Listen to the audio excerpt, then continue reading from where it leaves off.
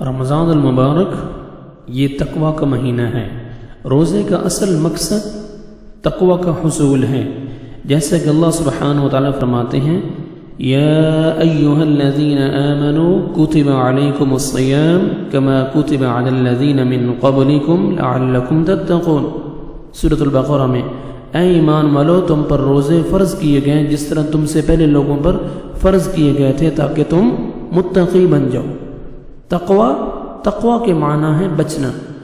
روزے کی حالت میں صرف کھانے پینے سے نہیں پرہیز کی جاتی بلکہ ہر قسم کے گناہوں سے بچنا ضروری ہے۔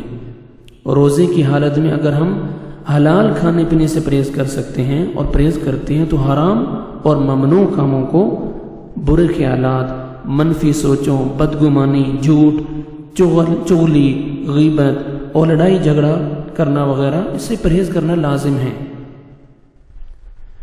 کھانا پینا انسان کے لیے پسندیدہ مشاغل میں سے ہے جس پر کنٹرول نہایت مشکل ہے، لیکن روزے میں بھوک کا تجربہ انسان کے اندر ایسی قوت پیدا کرتا ہے کہ وہ اس قابل ہو سکے کہ وہ اللہ کی خاطر اپنے منفی جذبات کو بھی قابو میں رکھ سکے۔ حضرت ابو ہریرہ رضی اللہ تعالی عنہ سے روایت ہے، رسول اللہ صلی اللہ علیہ وسلم نے فرمایا لیس الصیام من الاکل والشرب انما الصیام من اللغو والرفث فإن سابك أحد أو جاهل عليك فقل إني صائم۔ روزہ صرف کھانا پینا چھوڑنے کا نام نہیں بلکہ روزہ تو ہر برے، ہر بے فائدہ اور بیہودہ کام، جنسی خواہشات پر مبنی حرکات اور کلام، بری باتیں، ان سے بچنے کا نام ہے۔ لہٰذا اگر کوئی تمہیں روزے کے دوران گالی دے یا جہالت کی باتیں کرے تو اسے کہہ دو میں روزے میں ہوں، میں روزہ دار ہوں، میں روزے میں ہوں۔ 2 دفعہ اس کو کہہ دے انی صائم، میں روزے دار ہوں، میں روزہ دار ہوں۔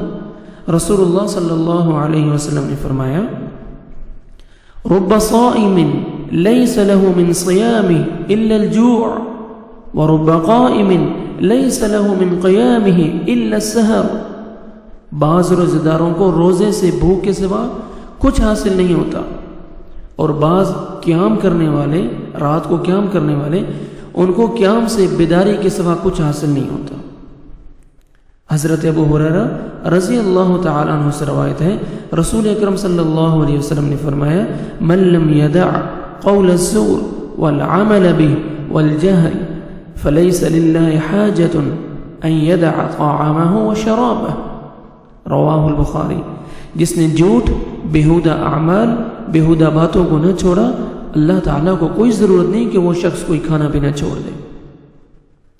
اس لیے ایک اور جگہ حضرت انس بن مالک رضی اللہ تعالیٰ عنہ سے روایت ہے، رسول اللہ صلی اللہ علیہ وسلم نے فرمایا جس نے بد زبانی اور جھوٹ نہ چھوڑا، اللہ کو اس کے کھانے پینا چھوڑ دینے سے کوئی ضرورت نہیں، کوئی ضرورت نہیں وہ کھانا پینا چھوڑ دے، اللہ کو اس کی کوئی ضرورت نہیں کیونکہ وہ جھوٹ نہیں چھوڑ رہا، بد زبانی نہیں چھوڑ رہا۔ عبادات میں جس طرح ظاہری ارکان کی پابندی لازمی ہے، اسی طرح باطنی کیفیات، مثلا اخلاص، اللہ کی محبت، اللہ کا خوف، اللہ سے امید، یہی تقوی ہے جو مطلوب ہے۔ اب عملی طور پہ کرنے کی کیا کام ہے؟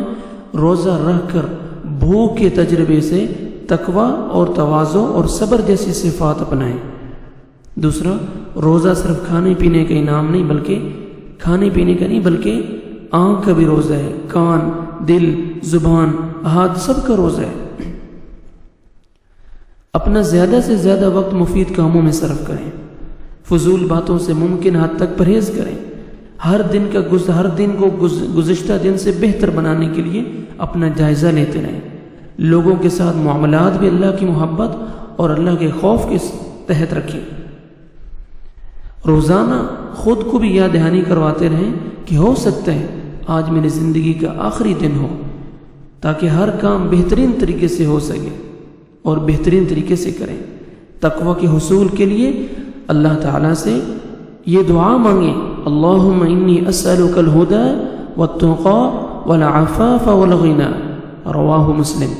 اے اللہ انی اسألک، میں تجھ سے سوال کرتا ہوں، الہدی، ہدایت کی، میں تجھ سے ہدایت کی دعا کرتا ہوں، سوال کرتا ہوں، والتقی، تقوی کی، والعفاف پاک دامنی کی، والغنا اور بے نیازی کی۔ اے اللہ بے شک میں تجھ سے ہدایت، تقوی، پاک دامنی اور بے نیازی کا سوال کرتا ہوں۔ اللہم انی اسألک الہدی والتقی والعفاف والغنا۔